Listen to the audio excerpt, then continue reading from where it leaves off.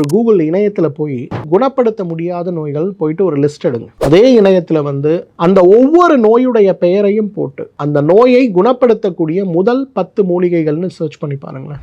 வில்வம் அதுல முக்கியமா எல்லாத்துலயும் இருக்கிறத நம்ம பார்க்க முடியும். வில்வத்தை இன்னைக்கு ரொம்ப அண்டர் ரேட்டட் ஹெர்ப்னு நான் சொல்லுவேன். ஏன்னா வில்வத்துடைய பயன்கள்ல 1% கூட இன்றைக்கு மருத்துவ உலகத்தால் பயன்படுத்தவில்லை அப்படிங்கிறது தான் சொல்றேன். என்னுடைய அலுவலகத்துல ஒரு மீட்டிங்ல என்னை ஒரு கேள்வி கேட்கிறாங்க. அந்த கேள்விக்கான பதில் எனக்கு தெரியும். ஆனா எல்லாரும் சுத்தி இருக்காங்க, நமக்கு அசிங்கப்பட்டுருவோமோ அப்படின்னு நினைச்சு நான் சொல்றதே கிடையாது. நிறைய பேர் ஃபீல் பண்றோம்ல, அந்த அளவுக்கு உடலை பலப்படுத்தக்கூடிய மிகப்பெரிய அருமருந்து எது அப்படின்னு பாத்தீங்கன்னா வில்வம் தான்.